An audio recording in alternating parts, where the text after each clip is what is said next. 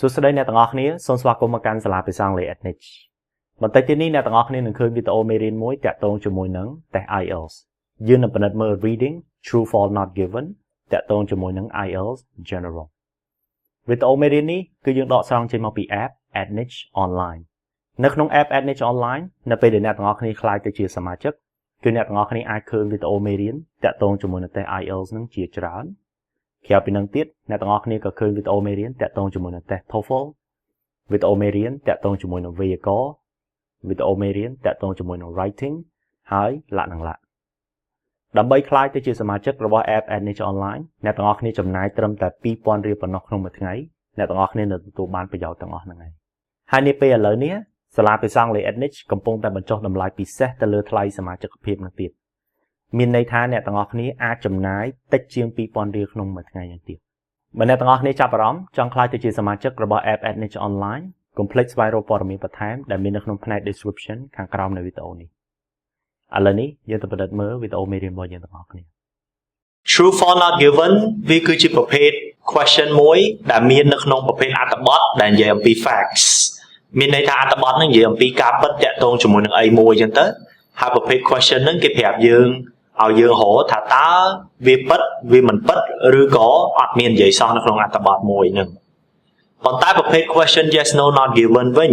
វាគឺជាប្រភេទ question type ដែលគេដាក់ឲ្យអត្ថបទបែបលក្ខណៈ opinion មានន័យថា writer ហ្នឹងគឺគាត់សរសេរពី opinion របស់គាត់ទេអញ្ចឹងអាប្រភេទ question ហ្នឹងវាគ្រាន់តែមក reflect លើអាហ្នឹងថាតើ opinion គាត់និយាយហ្នឹងអញ្ចឹងអត់និយាយអញ្ចឹងឬក៏គាត់អត់មានបាននិយាយទេសម្រាប់អ្នកទាំងអស់គ្នាដែលទៅប្រឡងតែ IELTS yes no not given ឬក៏ true false not given ហ្នឹងអ្នកទាំងអស់គ្នាមិនបាច់គិតច្រើនពេកទេពីព្រោះថាវាដូចតែគ្នារបៀបធ្វើឥ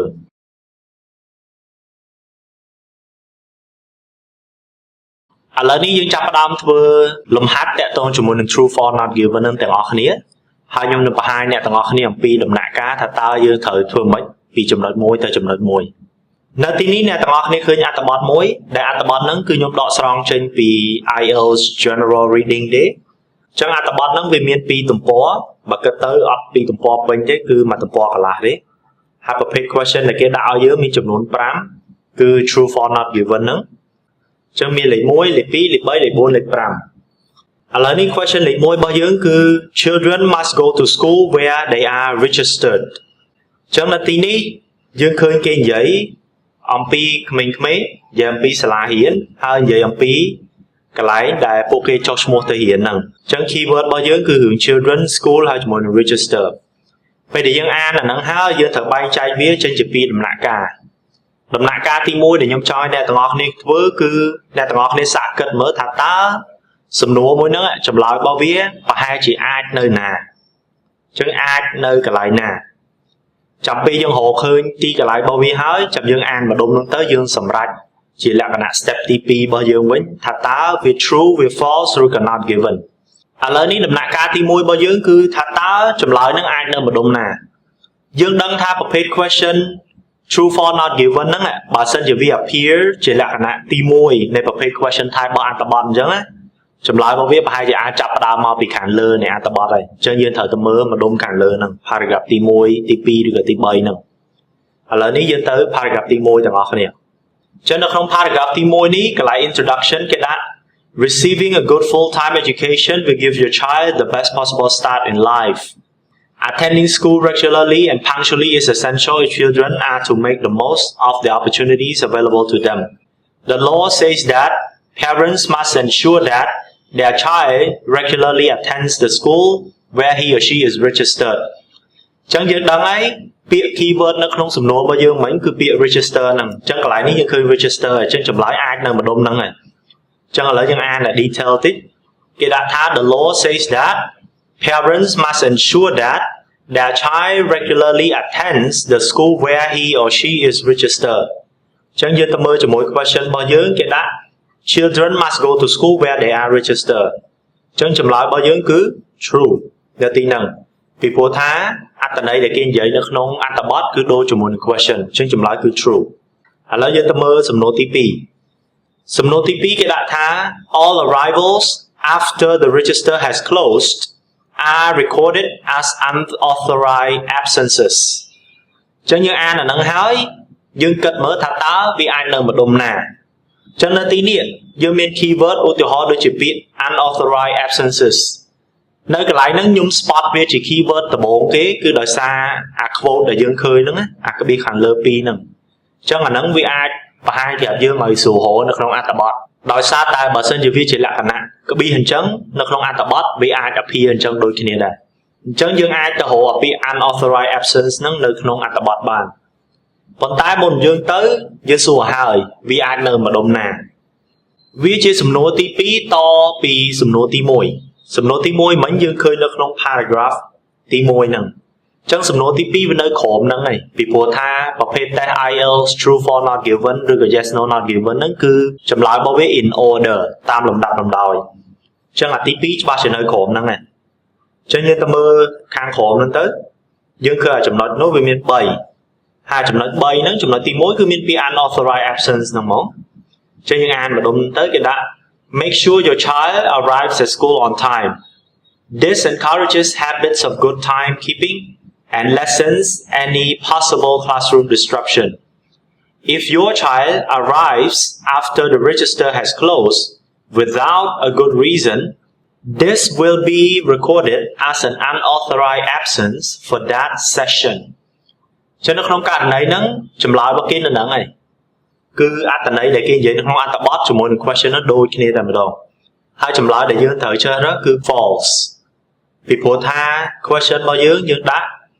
all arrivals មានន័យថា arrival គ្រប់ទាំងអស់តែម្ដងប៉ុន្តែនៅក្នុងអត្ថបទនេះគេដាក់បើសិនជាអត់ good reason ទេ without a good reason អញ្ចឹងបានគេ record បើមាន reason គេអត់ record ទេអញ្ចឹងកន្លែងហ្នឹងយើងត្រូវដាក់ false បានត្រឹមត្រូវបើយើងដាក់ not given ឬក៏ yes អត់ត្រឹមត្រូវទេឥឡូវយើងទៅមើលទី3ម្ដងវីដេអូមេរៀនរបស់យើងអត់ទាន់ចប់ណានៅសល់មួយផ្នែកទៀតតាមពិតសាលាភាសាអង់គ្លេស Edniche ពិតជាចង់ចែកចាយវីដេអូមេរៀនទាំងអស់នេះនៅលើ YouTube ក៏ដូចជានៅលើ Facebook ដោយឥតគិតថ្លៃតែម្ដងប៉ុន្តែលទ្ធភាពរបស់យើងអត់អាចទៅរួចទេយើងត្រូវការអ្នកទាំងអស់គ្នាចូលរួមជាមួយយើងចូលរួមក្លាយទៅជាសមាជិករបស់ App Edniche Online ហើយតាមរយៈការបង់ថ្លៃសមាជិកភាពរបស់អ្នកទាំងអស់គ្នាយើងនឹងមានលទ្ធភាពផលិតវីដេអូមេរៀនបន្ថែមទៀតយើងនឹងមានលទ្ធភាពផលិតលំហាត់នៅខាងក្រោមវីដេអូមេរៀនទាំងអស់ហ្នឹងដើម្បីជួយឲ្យការសិក្សាភាសាអង់គ្លេសរបស់អ្នកទាំងអស់គ្នាកាន់តែមានប្រសិទ្ធភាពទៅមុខទៀតទី3គេដាក់ if your child is absent from school you must send the school a letter to explain why អញ្ចឹងវាតាក់ទងជាមួយនឹងរឿង absent from school អញ្ចឹងយើងទៅមើលចម្លើយនេះទាំងអស់គ្នាប៉ុន្តែ step ទី1របស់យើងគឺវានៅម្ដុំណាអញ្ចឹងយើងឃើញទី1ទី2នៅខាងលើមិញអាទី3វាច្បាស់ជានៅក្រោមហ្នឹងហើយអញ្ចឹងយើងចាំបាច់អានឡើងទៅលើទៀតទេនៅទីនេះគេដាក់if your child has to miss school ចាពាក្យ has to miss school ហ្នឹងគឺស្មើជាមួយនឹងពាក្យ absent ហ្នឹងហើយ it is vital that you let the school know why preferably on the first meeting of absence your child's school will have an attendance policy explaining how this should be done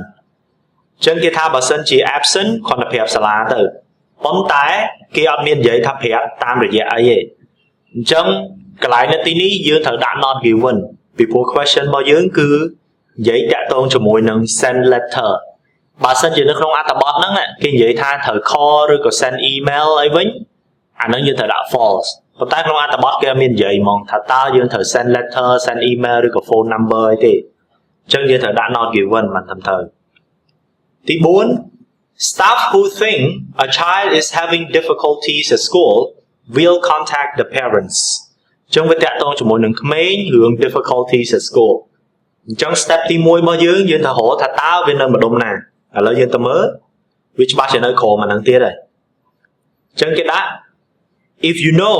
or think that your child is having difficulties attending school you should contact the school it's better to do this sooner rather than later as most problems can be dealt with very quickly នៅទីនេះខ្ញុំជឿថាអ្នកខ្លះប្រហែលជាជឿថា false ពីព្រោះនៅក្នុងហ្នឹងគេដាក់ you should contact ប៉ុន្តែ question របស់យើងគេនិយាយថា you should contact ទេ question របស់យើងគេតាក់ទងជាមួយនឹង staff who think a child is having difficulties at school will contact the parents ចឹងវាតាក់ទងជាមួយនឹង staff ឯងគេមាននិយាយរឿងយើងជា parent មកចឹងចម្លើយកន្លែងហ្នឹងវាមិនមែន false ទេផ្ទុយទៅវិញវាជា not given ពីព្រោះថាអត្ថបទគេនិយាយតាក់ទងមួយ parent ប៉ុន្តែ question គេនិយាយតាក់ទងមួយ staff ចឹងវារឿងពីរផ្សេងគ្នាហ្មងអត់មានពាក់ព័ន្ធគ្នាទេសំណួរមួយទៀតគឺ schools will contact other authorities about children who take frequent unauthorized absences ចឹងយើងទៅមើលក្រុមនោះទៀតគេដាក់ចេះ if your child is absent and the school either does not receive an explanation from you or considers the explanation unsatisfactory it will record your child absence as unauthorized that is as truancy នៅក្នុងករណីហ្នឹងយើងឃើញគេថាបើសិនជា absent អត់មាន explanation ទេអាហ្នឹងមិនគេ record ថាយើងឈប់អត់មានច្បាប់អត់មានទម្លាប់អីត្រឹមត្រូវប៉ុន្តែគេអត់មាននិយាយថា school ហ្នឹងនឹង contact authority អីទេចឹងនៅក្នុងករណីហ្នឹងវា not given ទៀតទេពីព្រោះថារឿង contact other authorities ហ្នឹងអត់មាននិយាយនៅក្នុងអត្ថបទសរុបមកវិញ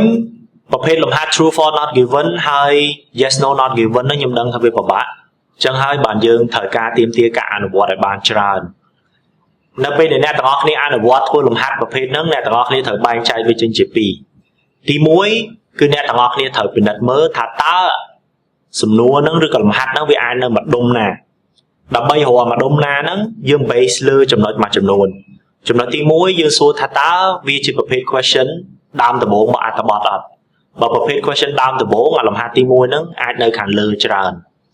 ទី2អ្នកទាំងអស់គ្នាត្រូវដឹងថា true for not given ហ្នឹងចម្លើយវា in order ដល់ពេលវា in order អញ្ចឹងយើងដឹងមួយអាមួយទៀតវាស្រួលយើងមើលតាមលំដាប់ដល់ហ្នឹងទៅចំណុចទី3គឺយើងត្រូវមើលលើ keyword អា keyword ហ្នឹងវាប្រហែលជាមិនជួយយើងឲ្យ decide answer ហើយពីព្រោះថា answer ជាទូទៅគឺជា synonyms នៃអត្ថន័យទាំងមូលរបស់ question ហ្នឹងទេប៉ុន្តែអា keyword ហ្នឹងវានាំផ្លូវឲ្យយើងទៅរកថាតើអាចម្លើយហ្នឹងវានៅម្ដុំណាដល់ពេលអ្នកគ្នាដើរចូលដល់ជំហានទី2គឺគ្រាន់តែ decide ទៅថាតើវា yes no not given ឬក៏ true for not given ជាទូទៅចំណុច decide ដែលពិបាកគឺរវាង no ហើយ not given ឬក៏រវាង false ហើយ not given false អ្នកទាំងអស់គ្នាត្រូវចាំថាអីដែលគេនិយាយនៅក្នុងសំណួរហ្នឹងនៅក្នុងអត្ថបទវាផ្ទុយគ្នាផ្ទុយអត្ថន័យមានន័យថានៅក្នុងអត្ថបទអ្នកទាំងអស់គ្នារកវាឃើញប៉ុន្តែគ្រាន់តែអត្ថន័យផ្ទុយគ្នាប៉ុន្តែបើសិនជាវា not given វិញសំណួរហ្នឹងឬក៏អត្ថន័យរបស់សំណួរហ្នឹងអ្នកទាំងអស់គ្នាទៅរកនៅក្នុងអត្ថបទអត់ឃើញទេអញ្ចឹងហើយបើវា not given មេរៀនរបស់យើងចប់ហើយបើសិនជាអ្នកទាំងអស់គ្នាចាប់អារម្មណ៍ចង់ក្លាយទៅជាសមាជិករបស់ app Edniche Online កុំភ្លេចស្វែងរកព័ត៌មានបន្ថែមដែលមាននៅក្នុងផ្នែក description ខាងក្រោមនៃវីដេអូនេះបើអ្នកទាំងអស់គ្នាយល់ថាវីដេអូមេរៀននេះមានប្រយោជន៍កុំភ្លេចចុច like ហើយ share ដើម្បីអ្នកដទៃទទួលបានផងអរគុណជំរាបលា